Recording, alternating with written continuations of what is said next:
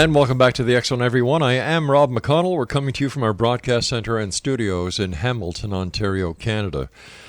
My guest this hour, X Zone Nation, is Denise Stoner, and she was invited and accepted to become a part of the Foundation for Research into Extraterrestrial Encounters, FREE, as a member of the research team. She is proud to be part of MUFON National Experiencer Research Team. She's a member working under Director of Abduction Research, another young lady that we've had on the show before, Kathleen Marden. She's also Florida MUFON Field Investigator, STAR Team member, Florida MUFON State Section Director, and former Chief Investigator. She co-authored and published her first book, The Alien Abduction Files, released in May of 2013 with Kathleen Marden. She holds educational forums, both public and private gatherings for abduction experiencers, and her involvement in the UFO field spans for more than 35 years. Joining us now is Denise Stoner. And Denise, welcome back to the X Zone. Thank you so much. For the listeners who may not have heard you here on the show before or listening in for the first time around the world, tell us about your experiences and what brought you into the field of ufology. Well, I've been abducted. We call them experiencers now because there's so much involved in the whole event since age 2.5. And I recalled that. Why? Because there were so many things that triggered the memory. For instance, my mom was in the hospital giving birth to my sister. I was being cared for the first time alone with my grandfather. People weren't home, to be there with me. We had so many people that were always with me. So I was kind of alone. I saw my first UFO. I was taken that night. My grandfather saw the UFO. So there were lots of triggers for that memory. And that's where it started. It moved on forwarded to the point where so many times and so many experiences occurred that it came to the point where I needed to share it. Is that what made you decide to tell your story in the Alien Abduction Files?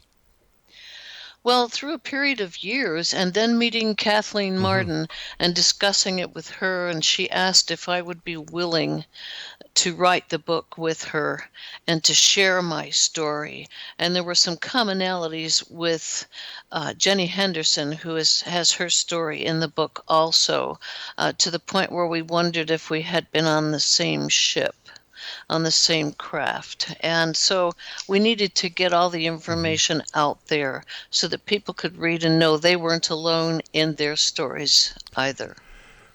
How many people do you estimate are abducted each and every year?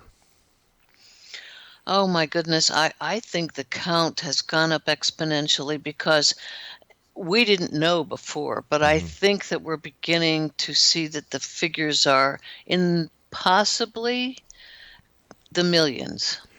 Is there any criteria that you, Kathleen, or the other many researchers who are doing their due diligence to try and understand the alien abduction scenario, why certain people are picked and others aren't?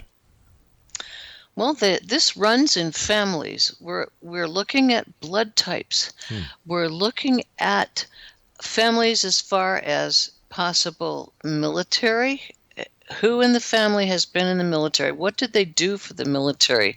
How were they involved as far as communications? And I don't mean just being on the radio and contacting other military. I mean the type of communications where they deliver messages to important people. Where did they travel to? Other than the blood types, is there something different about these individuals?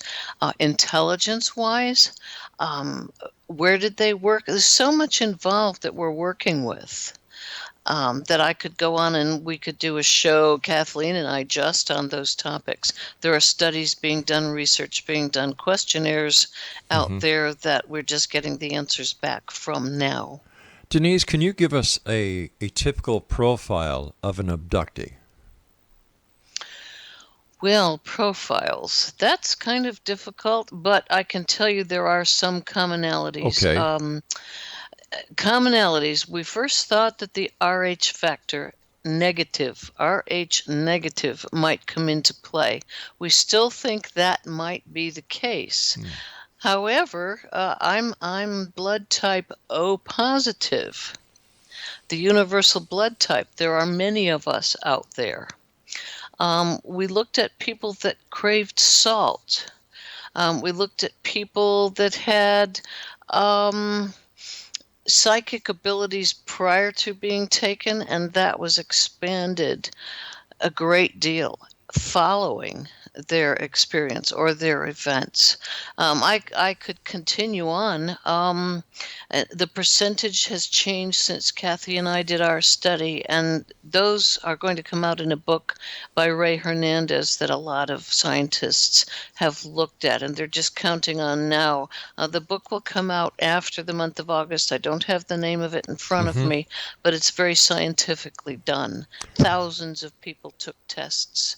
And so we're going to have more information on that by September, I believe. Is the abduction scenario alike in all these cases that are being investigated, or are there different abduction types, different examinations, different inquiries made by the visitors? Well, the implants have changed. We used to be able to find those, and Dr. Lear removed them. Yeah. Now we're finding that some of that has changed, probably due to the aliens knowing how to hide them and put them in at the skin level. Oh, really? So they can't be seen or felt in a lot of cases. So have they advanced to a point where they can hide those? And we're now having to find them and discover where they are, what they look like. Can we feel them? No, not anymore in a lot of cases. That's different. So how are they discovered now?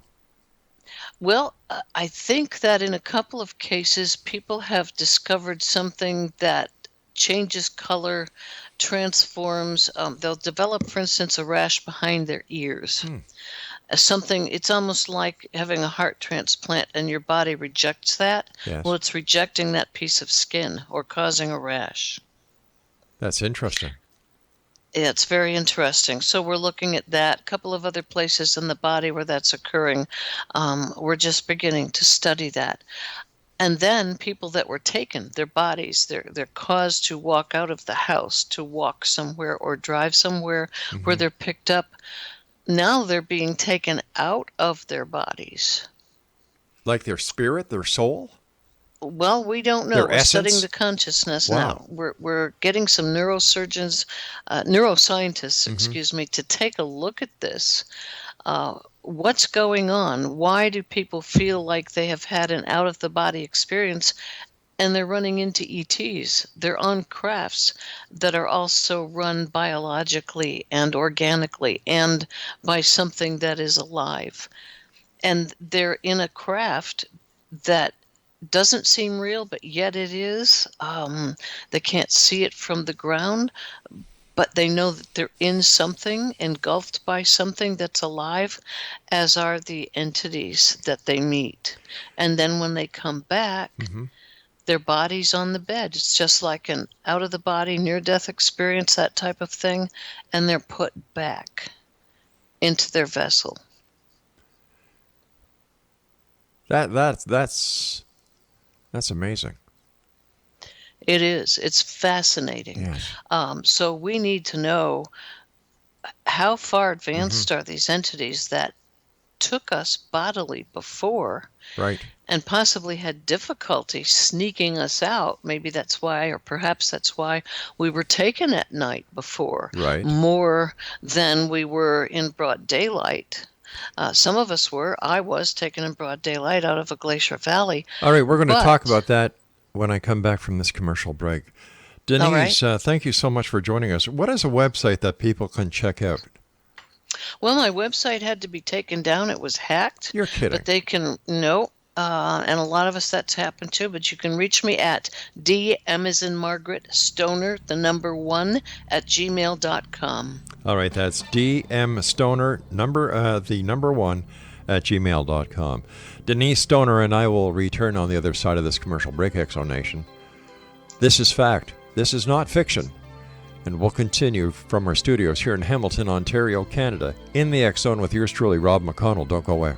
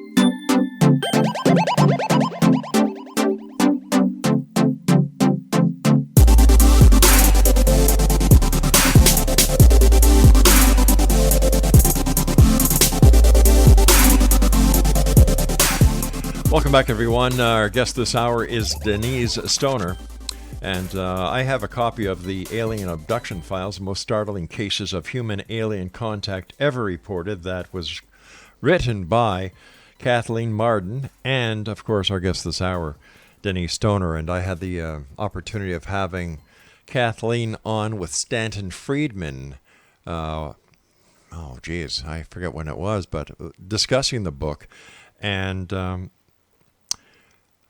it seems that not only has the human race evolved, but so has the alien race or the extraterrestrial race when it comes to taking what they want from our very existence. It puts a whole new connotation to soul snatching. It appears to, and are they actually snatching souls in a mean way? Is there some other reason for why they do this type of thing? And I had that experience on a craft where possibly Jenny Henderson, who's the other effort in this book that we wrote about, and I did not get to meet her at first because there was a possibility we were on this craft, and the ETs were very upset about this project. They felt they should not have undertaken with human beings. It is a possibility, just my opinion and no one else's that I know of, that they were upset and that we were to undertake this project. They decided that we should try it, or they should try it, make an attempt. There were these black boxes that were seamless. They were extremely shiny. I felt I had something very precious in my hands on this craft, and I felt like I shouldn't have had it. And they were looking at me like they shouldn't have given it to me, along with the others on the craft. And we were on a huge, huge object, the UFO itself. And we were sent down a hallway. I saw a couple of people, and Jenny may have been one of them, who ran away, attempted to run away. She, of course, could go nowhere. I had been taken out of my bed that particular night, and it had a balcony, this craft did, that opened up out of this craft over a huge granite cliff. And there were pine forests below and little A-shaped cabins. And when we were told we were to drop these boxes, and I watched them drop and kind of made a sound, a sharp, I can't even describe it, but what I saw was a bit of a light, and then they disappeared. And I believe that these particular ETs were a little bit more advanced than we were, and they had the authority to do what they were doing, and that was to deposit human souls back on Earth. Where do you think, or what is your theory as to where these ETs come from? I've changed some of my thoughts and feelings about this. Some may come from other planets, and some may come from other planes, actually, and some may not even appear in a true human form any longer. I've been researching that. And we may not see them as solid material any longer. These particular ones were in solid form.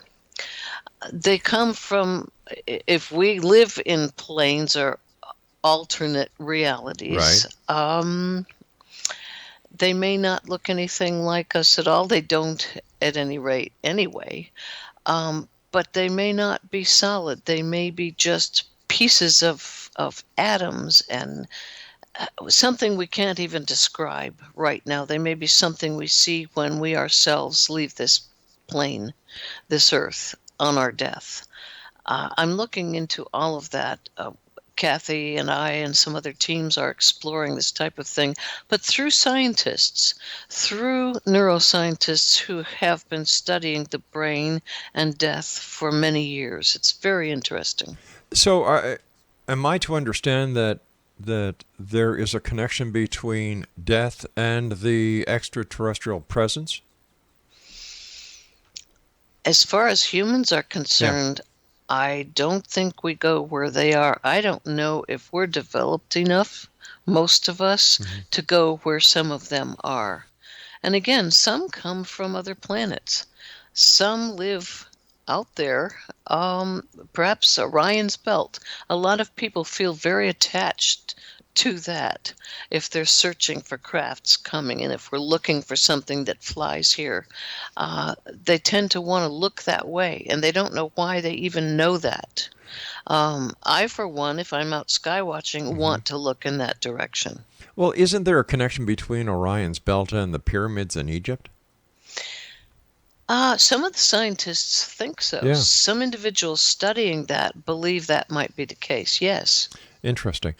Based on the research that you've done and based on your very own experience, do you think that these visitors pose a threat to humanity?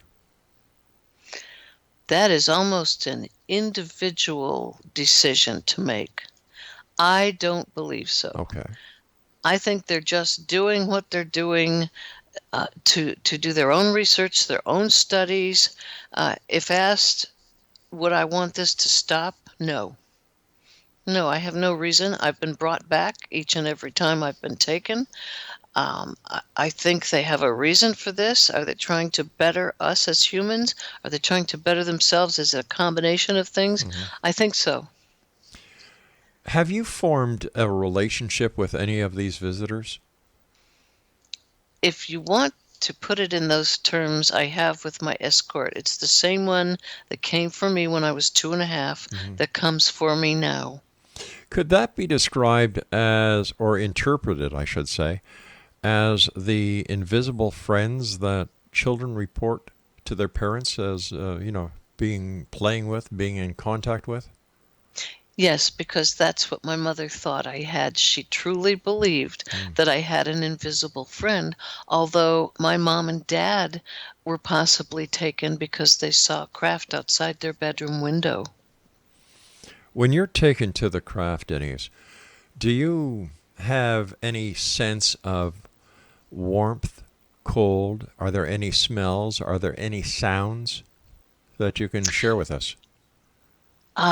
There's sometimes a smell, and people are now describing it some as kind of a strong cinnamony smell. Others don't like the odor at all. I sense kind of an ozone-y smell. Interesting. If you have any idea of, have you ever walked into a place that has some of these ozone strips hanging from the ceiling, especially in a place where you're still allowed to smoke in a bar? There are places in Colorado that have those, and it smells like extra, extra clean, clear, and you know that it's ozone.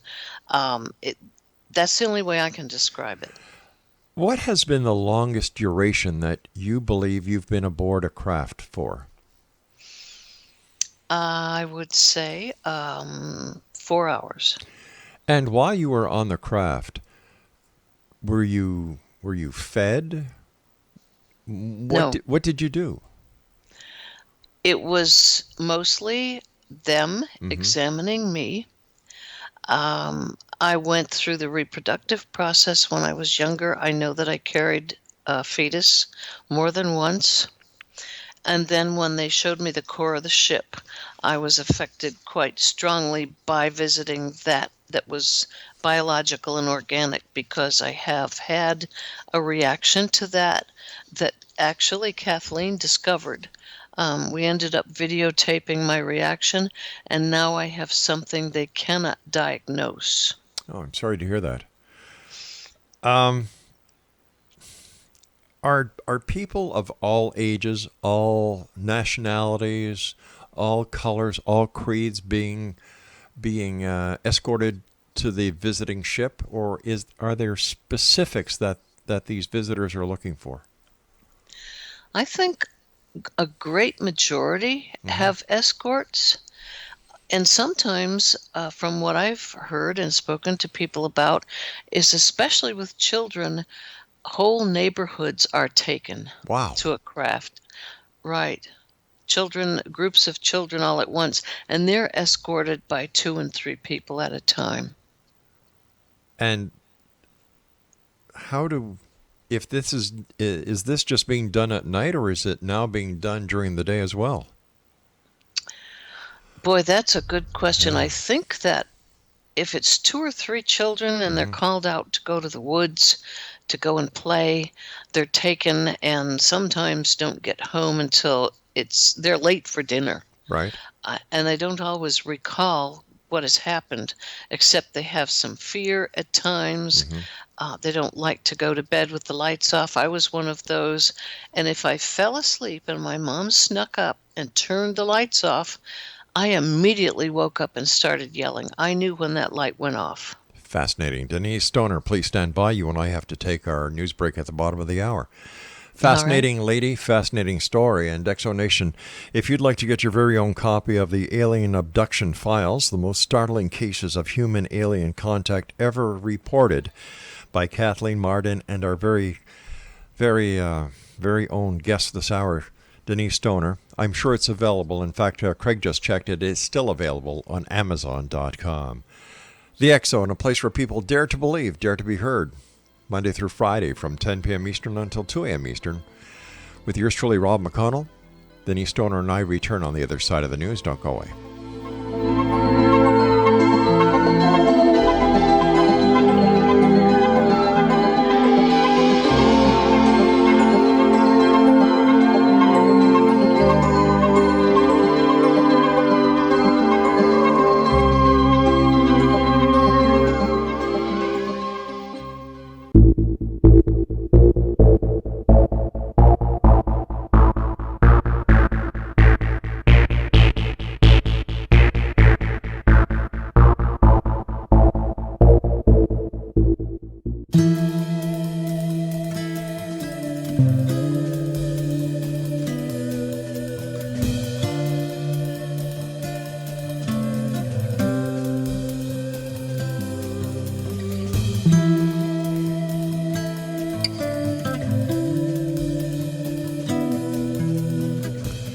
Exonation, our guest this hour is Denise Stoner. And if you'd like to contact Denise, here is her email address.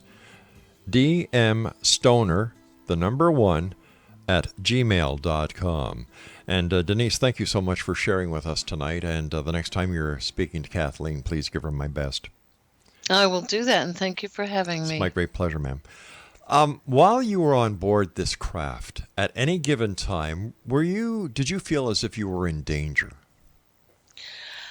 The fear, and I've spoken to several people Mm-hmm. about this, you are very much afraid when you're being taken to the craft, and you're very much afraid until you are on the interior. And many of us then, the fear, once we're inside, the fear is gone. And I don't know if it's because the escort has the capability of stopping that fear, or you're just curious, or once you're inside, there's something there that makes you comfortable. What can you tell us about the escort? Maybe there's somebody listening tonight who's had these memories, these glimpses of something that your conversation tonight is triggering in them, and after the show they're going to send you an email saying, I listened to you on the X Zone. So what can we tell them? How can we help them find inner peace, that what they are thinking or what they have experienced is not a dream, but real? Well, the escort to me was someone that was about 5 feet tall, maybe a little taller. Mm-hmm. He was a gray with the great big eyes. He never spoke.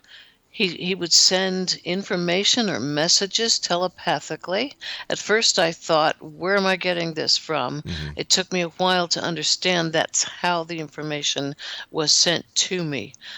I think he understood my thoughts and what I was thinking, and if I was afraid. And when I was in pain from some of the medical process that was going on, he put his hand on my forehead, and the pain would instantly go away, and the fear along with it, if I was afraid of the process that was being done to me. So that occurred. When he showed up after a few years, I understood he was there to take me with him and to guide me through what was going to happen, which on occasion was to step into a blue light or a gel-like substance that would break me apart completely into a molecular mess in order to get me into the small opening of a craft a human would not fit through unless that occurred.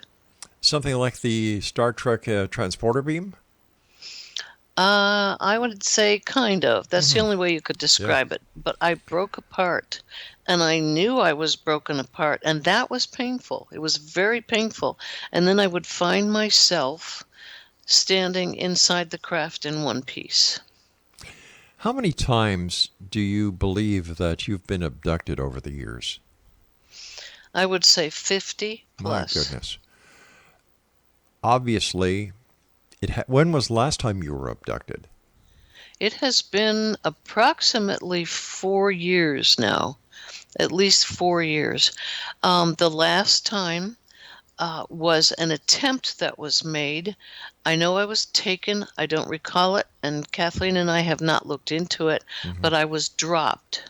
Wow. And I was dropped beside my bed to the point where I wasn't just, put down. Mm-hmm. I was floating, and I woke up when I was about 3 feet above my bed, but I was not above the mattress, but above the floor. Ouch. And somehow I was pushed backwards. We had a little set of steps for our small dog at the time, Mm-hmm. so he could climb up on the bed. I was shoved backwards so that my pelvic area was shoved against the step.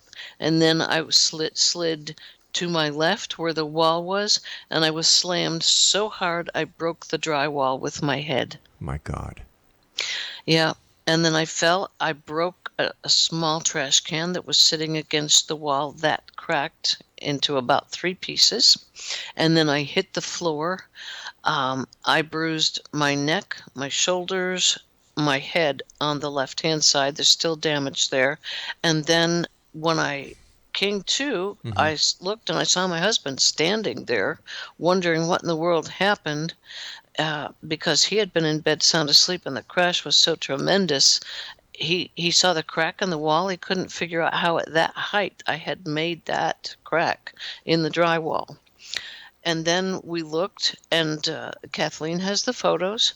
I had a huge bruise on my ribs on the other side. Didn't belong there at all. And there was a great big needle mark, as if a huge needle had been inserted into my abdomen. What does your husband think about all this? Well, Kathleen worked with him to the point where she did some hypnosis, and it was discovered that he was probably on the craft, but did not choose to see what the ETs looked like.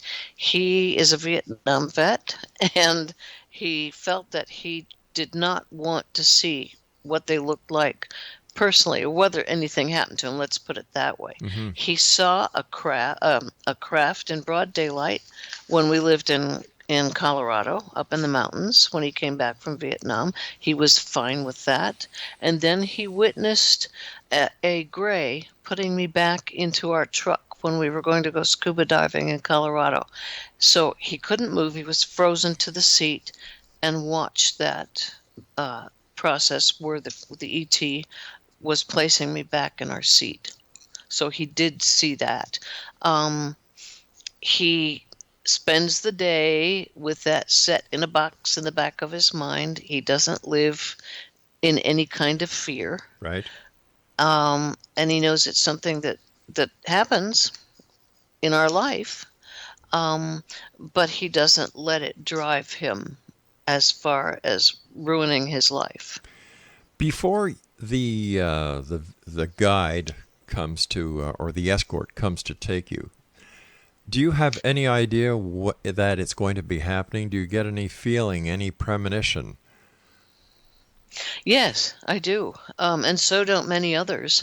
Mm-hmm. You can get a buzzing in your ear, Right. A ringing in your ear that's similar to tinnitus. Right.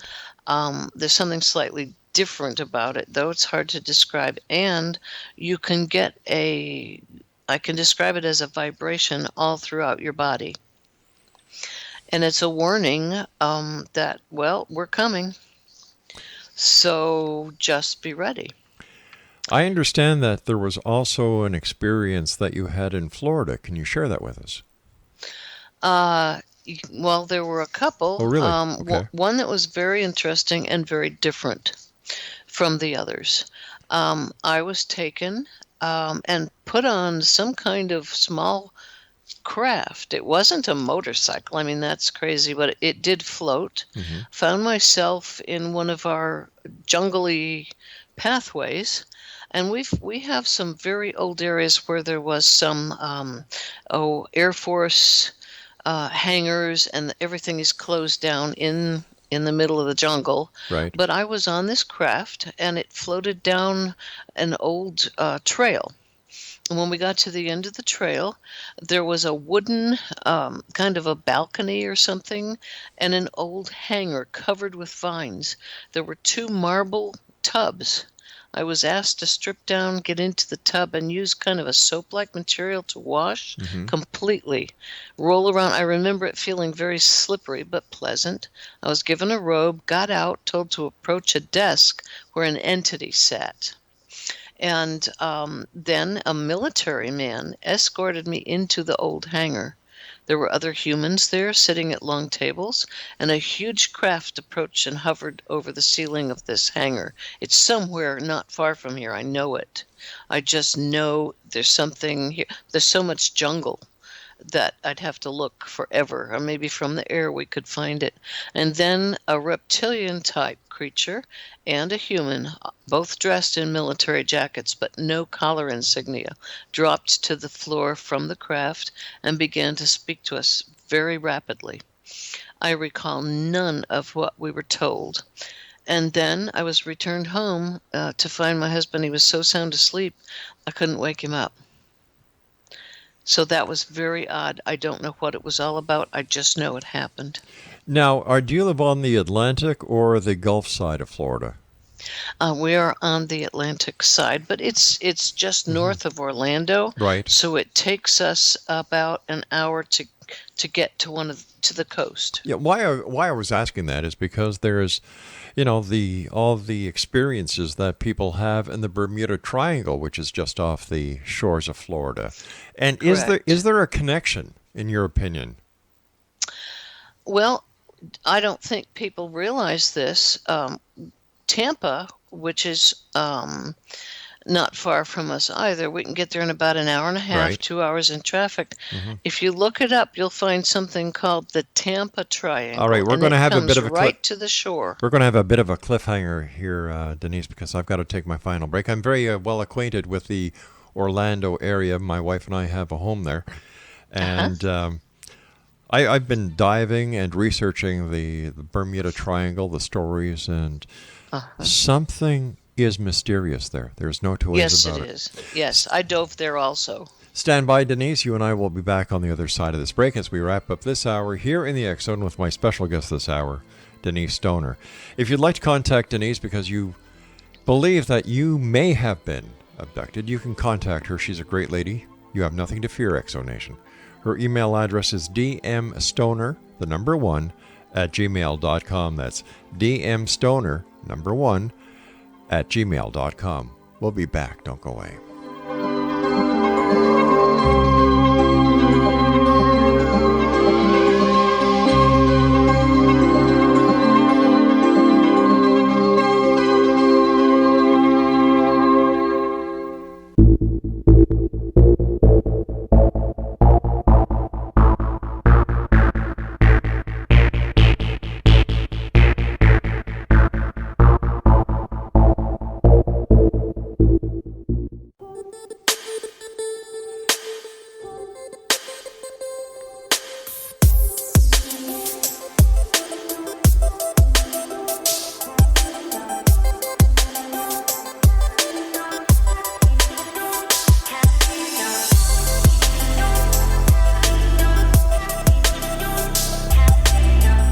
Denise Stoner is my guest, Exonation. Along with Kathleen Marden, they have authored a book entitled The Alien Abduction Files, the most startling cases of human-alien contact ever reported.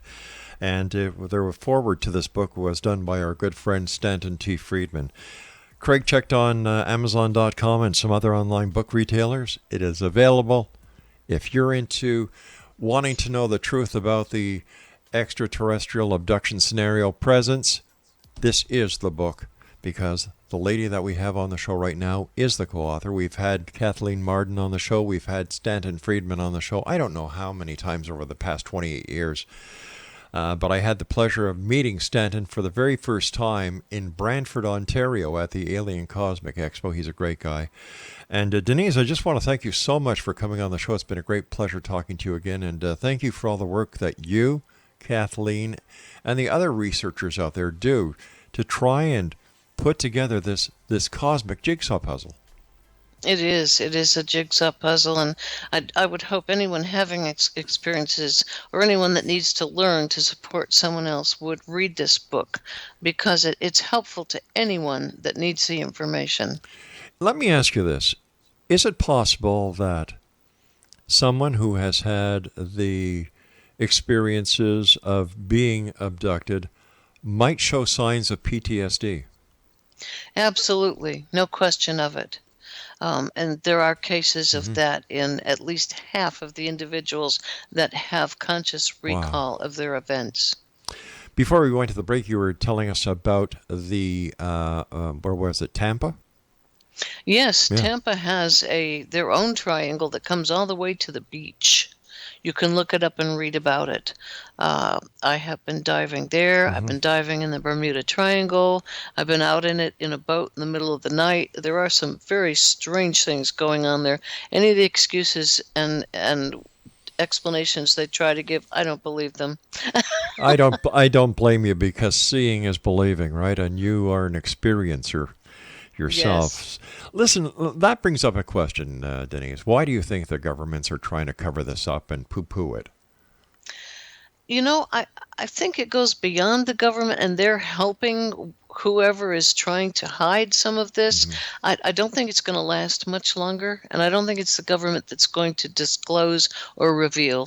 I think there are too many groups like us that are doing the research that are going to come together, or maybe not. Maybe all the groups separately are going to do this reveal. I really do. I made a little statement that I think people would like to listen to. It's these experiences, events, whatever we choose to call them, are so various and different. We must be ever so careful not to close these into boxes that lock our efforts out of the possibilities of future discoveries. Imagine that the visitors have moved so far in their advancements in technology. We need to allow for that when we research. We cannot block any reasonable path. I am here to listen, document, and support. In that process, there are new discoveries to be made, and I am hoping I will be a part of that. What are some of the lessons that you've come back with from your visits aboard the craft or crafts? Well, they are a very scientific, high technology, beyond Hmm. some of the emotions that we still have and sometimes overuse. But I think they have discovered they've lost some of what they need to bring back for themselves emotion-wise. And I think they're trying to rebuild that and balance us out so that we're not overly emotional. I think that's something that I've learned. But I think that we need to bring back empathy. A lot of us have it and come back with it even stronger. Um, we're a people that are still warlike and we're ready to fight. Um, we're not wanting to be empathetic toward one another as much as we used to. And those of us that have been taken definitely have that, along with stronger psychic abilities. Based on your experience and those that you're able to speak to who have had experiences, are you finding that the ETs or the visitors are still using or that the experiencers are coming back with scoop marks? Not so No. much. You may find a few. We're finding more unusual little triangles and little circles with Mm-hmm. 3 or 4 dots in the middle. Um, don't have anybody say they have scratch marks because that's something else altogether. But yeah, we're having little unusual marks that are almost code-like. So we're seeing that. Is there a connection between the human alien abduction and the cattle mutilations that seems to be so prevalent in the late 90s, I would imagine? I'm on the fence about that. Yeah. Because we had a family member who was involved in developing something called the Z machine, and they were actually practicing picking things up in a helicopter, Hmm. the same way he was picking up trees and plants and so forth. It was the same method that they used to pick up cattle. So we wonder if that was strictly a military effort. You were telling us that when you were brought to the hangar in Florida in the jungle that was covered over with all the foliage, that there were humans, and was I correct in understanding that a craft came over, and from that craft came a reptilian in a uniform and a humanoid in a uniform? Yes. The humanoid, was it part of an Earth-based military in the present, or was it an Earth-based military presence in the future? That I would like to know. I'm going to have to explore that, and I know that Kathleen and I can do that. Mm-hmm. It's something we need to take a look at because I honestly don't know. As I said, there were no military insignia on the Yeah. collars; they had been removed. Is it possible, and this is just an idea that came to me, is it possible that the visitors that are escorting you and other experiencers to their craft are actually from our future and are doing this to prevent us from an atrocity that Earth, if we keep on going the way we are, is going to actually take place, and they're doing their best to avoid this because whatever it is may have cosmic ripple. Yes, I really do. We're not being careful. Mm-hmm. We're just very selfish when it comes to what we want. And we're not going to become a world friendly people until we stop that. And I don't know how we're going to, and I think they're watching us very, very closely. That's just my opinion. Might not be anybody else's. So I need to say that. But yeah, we're going to have to leave the planet if we complete our mission to ruin it. Yeah. One more question that I'd like your opinion on. If it ever came to the point where two countries on this planet became so volatile against each other that one of the countries pushed the nuclear button, would the visitors, in your opinion, intervene? Oh boy, that's a good question. I think that they're thinking about it or they've thought about it. I think they've got a lot of their people here in the way Mm-hmm. of hybrids.